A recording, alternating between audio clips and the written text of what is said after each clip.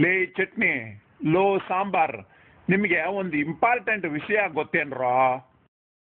ದೋಸೆ ಅಣ್ಣ, ಏನದು? ಅದೇನಪ್ಪ ಅಂದ್ರೆ, ನಿಮ್ಗಳ ಜೊತೆ ನಾನು ಇರಲಿಲ್ಲ ಅಂದ್ರೆ ನಿಮಗೆ ಯಾರು ಕೂಡ ಕವಡೆ ಕಾಸಿನ ಕಿಮ್ಮತ್ತು ಕೊಡಲ್ಲ.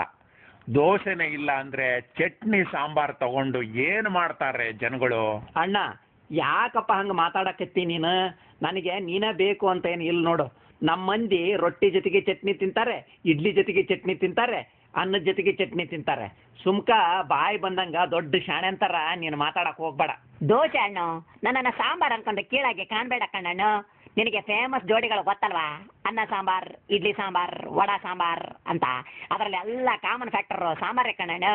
ಎಷ್ಟೋ ಜನ ಸಾಂಬಾರ್ ತಿನ್ಕೊಂಡೆ ಜೀವನ ಮಾಡ್ತಾರೆ ಕಣ್ಣಣ್ಣು. ನೀವೆಲ್ಲ ಸುಮ್ಮನಿರಿ ಮಾರಾಯರೆ. ನಮ್ಮಲ್ಲಿ ಒಳಜಗಳಗಳೇಕೆ? ನಾನು ಹೆಚ್ಚು ನೀನು ಹೆಚ್ಚು ಎಂದು ಮಂಡೆ ಬಿಸಿ ಮಾಡಿಕೊಂಡರೆ ಹೇಗೆ? ಎಲ್ಲರೂ ಒಟ್ಟೊಟ್ಟಿಗೆ ಇದ್ದರೆ ತಿನ್ನುವವರಿಗೂ ಗಮ್ಮತ್ತಲ್ಲವಾ?